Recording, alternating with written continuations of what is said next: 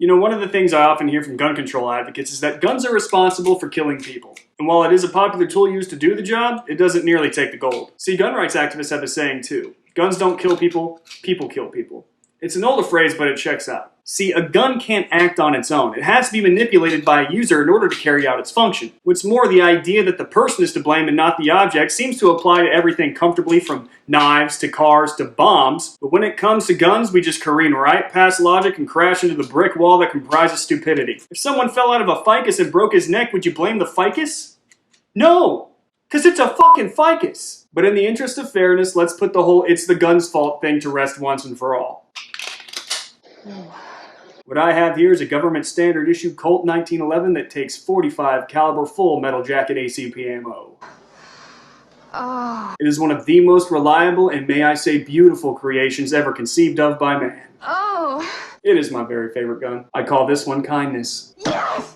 Yes! I will now do everything in my power to provoke this gun to go off without ever touching it. Hey, and unlike most stunts, I actually encourage you to try this at home. Go ahead. Try to annoy your gun into going off. I'm sure you'll get different results than me.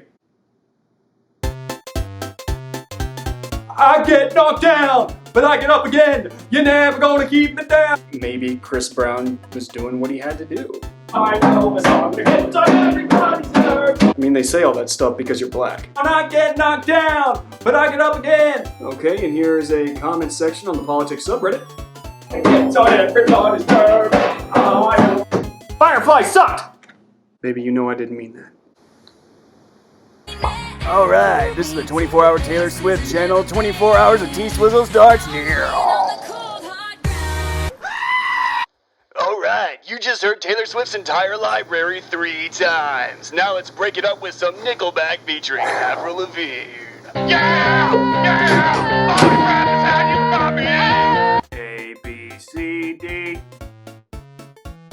A, B, C, D. Yo mama's such a hoe that when she goes bang, she doesn't fill people with bullets, she fills them with chlamydia.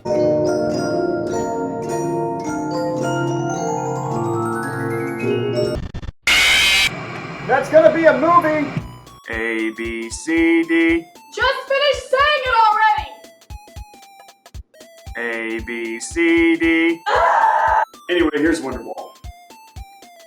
Come and tell me about that girl at work you don't like. Oh my god. Okay. So. Your mama's so old that when they call her at 303, they're talking about her age. They can't all be Jims. Over that bar, and he hit her in his little face. Right. And so I turned back to him and I was like, okay, so you want another shot? And he goes, That's yes, crazy. please. You're gonna be the one that saves me. It's not even in tune. My friend who's a bartender also. And I started telling her about it.